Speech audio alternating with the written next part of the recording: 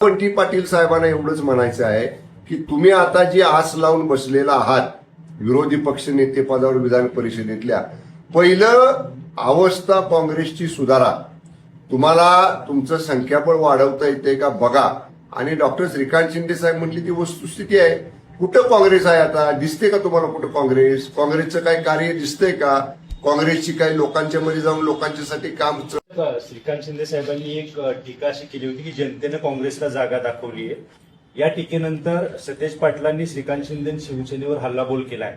त्यांनी म्हटलंय त्यांच्या पक्षाची काय अवस्था आहे हे साताऱ्यात आपण पाहिलंय. पालकमंत्री यांना पोलिसांनी ओढत नेलं. यापेक्षा विदारक चित्र राज्यात काय असू शकतं असं सांगत त्यांनी घटनेच्या दुसऱ्या दिवशी कॅबिनेटला मांडीला मांडी लावून हे बसले होते. एवढी हतबलता यांची आहे असं सुद्धा म्हटलंय.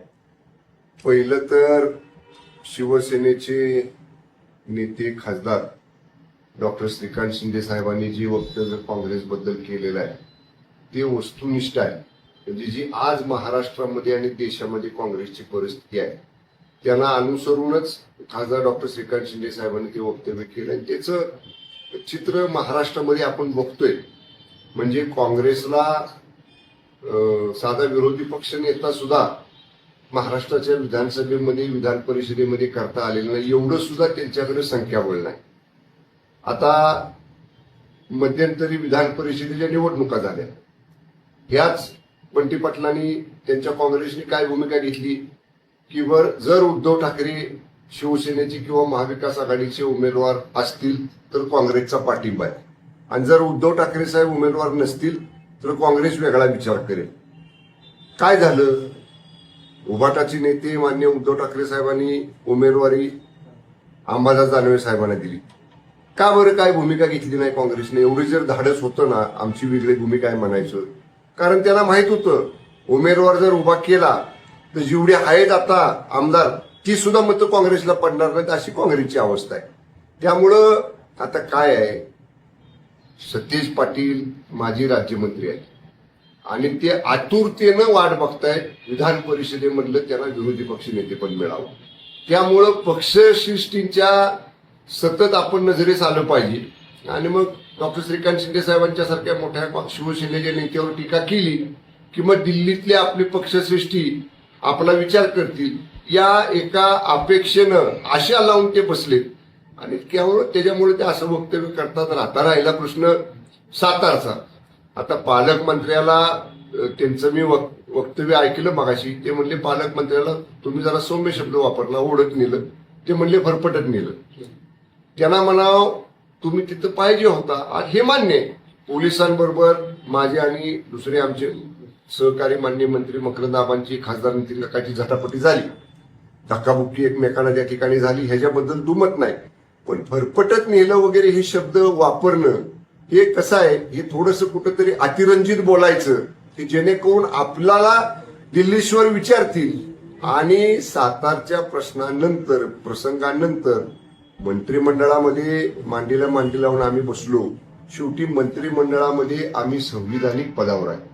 जनतेने आम्हाला आमदार म्हणून निवडून दिलं. पक्षानं आम्हाला आदरणीय एकनाथजी शिंदे साहेबांनी मंत्री म्हणून काम करण्याची संधी दिली.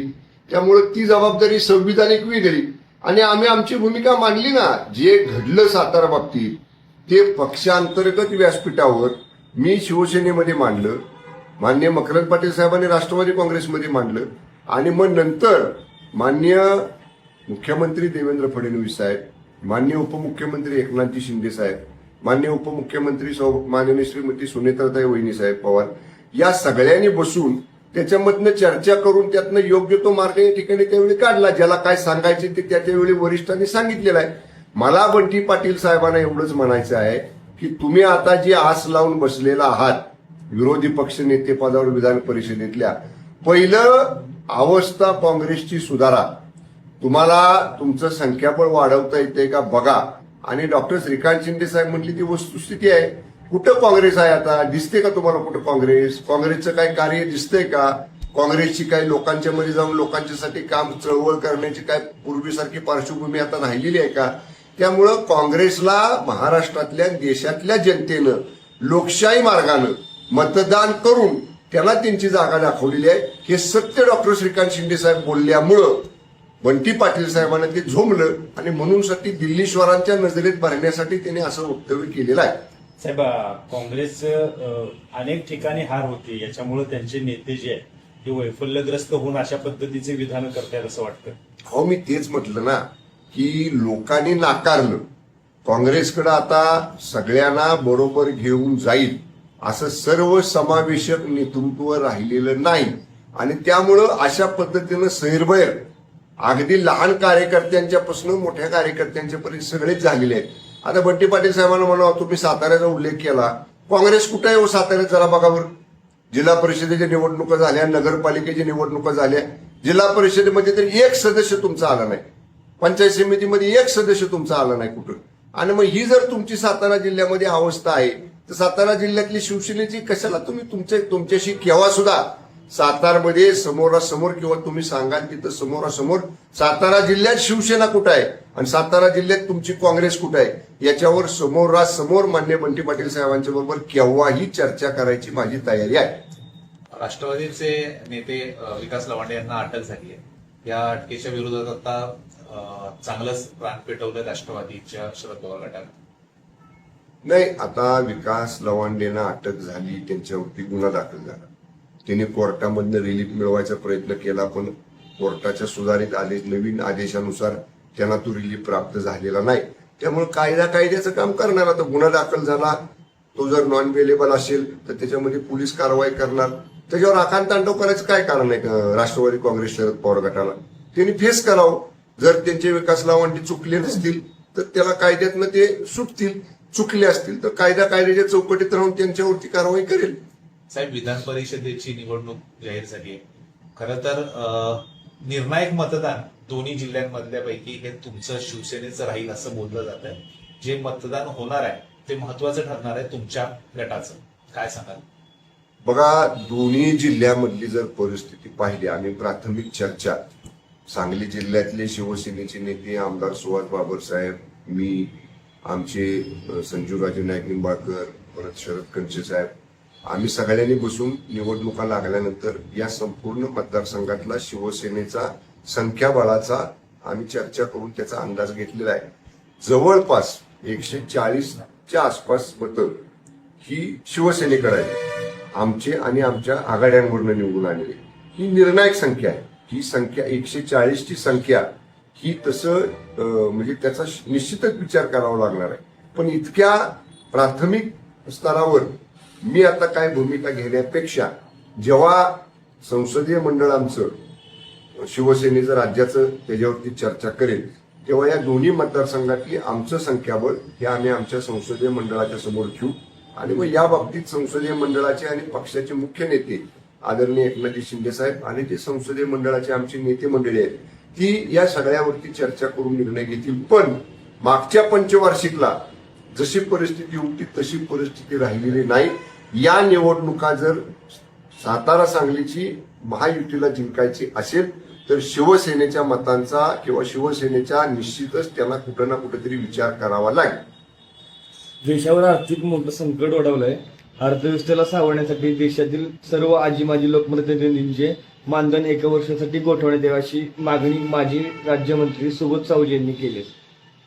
आता अशा पद्धतीची मागणी अनेक लोक करतात पण आताच्या इंधन बचतीच्या परिस्थितीनुसार किंवा इंधन टंचाईच्या परिस्थितीनुसार तुम्ही सगळ्यांनी पाहिलं असेल ज्या दिवशी माननीय पंतप्रधान मोदी साहेबांचं आव्हान आलं माननीय मुख्यमंत्री माननीय दोन्ही उपमुख्यमंत्री आणि सर्व माननीय मंत्री महोदयांनी आपापल्या ताफ्यातल्या पोलीस वाहनांचा इतर सरकारी वाहनांचा ताफा पूर्णपणे कमी केलेला आहे. कॅटेगरी पर्सन म्हणजे ज्यांना कॅटेगरीची सुरक्षा आहे अशांना फक्त सुरक्षेसाठी जेवढी आवश्यक आहे तेवढं एखाद दुसरं वाहन सोडलं तर कुठल्याही मंत्र्यांच्या पाठीमागं तुम्हाला वाहनांचे ताफे आता दिसत नाहीत. त्यामुळं काटकसर करायची म्हटलं तर आम्ही सुरुवातीच्या दिवसापासूनच ती सुरुवात केलेली आहे. राहता राहिला प्रश्न मानधन आमदार खासदारांचा जमा करा करू नये या बाबतीतला निर्णय जे सर्व पक्ष एकत्र बसून चर्चा करतील याच्यावरती राज्य पातळीवरचे देश पातळीवरचे नेते आणि जे काही सर्व पक्ष बैठकीमध्ये किंवा सर्व पक्ष नेत्यांच्या मध्ये याच्या बाबतीतला निर्णय होईल त्याची अंमलबजावणी सगळेच पक्ष करतील. साहेब, राज्यातल्या काही जिल्ह्यांमध्ये पॅनिक सिच्युएशन आहे डिझेल पेट्रोलच्या बाबतीत. पेट्रोल पंपावर अक्षरशः रात्रभर रांगा लावून लोक बसत आहेत. सातारा जिल्ह्यातली परिस्थिती नेमकी काय आहे? लोकांपर्यंत काय सातारा जिल्ह्यातला मागच्याच म्हणजे मी मुंबईवरून आल्यानंतर इंधन पुरवठ्यासंदर्भातला आढावा घेतलेला होता. सातारा जिल्ह्यात असं कुठेही वाहनांच्या रांगा लागलेल्या आपल्याला दिसत नाही. काही जिल्ह्यांमध्ये जे आहे ना ती लोकांच्या मध्ये अफवा पसरवल्या जातात की 2 दिवसांनी डिझेल पेट्रोल बंद होणार आहे, 3 दिवसांनी डिझेल पेट्रोल बंद होणार आहे आणि म्हणून लोक आता साठा करून ठेवायला लागले. म्हणजे जे जाणवतंय आम्हाला की आपल्याला शेतीसाठी लागणार किंवा आपल्या वाहनाला पुढे अर्धा दिवस लागणार कॅनमध्ये भरून डिझेल आणि पेट्रोल नेऊन लोक घरी ठेवायला लागलेले आहेत. हे सुद्धा धोकादायक आहे कारण ते ज्वलनशील पदार्थ आहे, उष्णतेचं प्रमाण जास्त आहे. त्यामुळे सातारा जिल्ह्यामध्ये तर आम्ही त्याचा आव्हान प्रशासनामार्फत मी पालकमंत्री म्हणून स्वतः जिल्हावासियांना केलेलं आहे की आपल्याला आवश्यक असणारा इंधन साठा जिल्ह्यामध्ये उपलब्ध आहे आणि जी चेन आहे म्हणजे पुरवठ्याची जी साखळी आहे त्याचा देखील आम्ही आढावा घेतला तर त्याचा कुठेही थोडंफार प्रमाण कमी आहे पण पूर्णपणे थांबलंय असं नाही. त्यामुळं पॅनिक होण्याचं अशा पद्धतीची कुठेही परिस्थिती जिल्ह्यामध्ये नाही.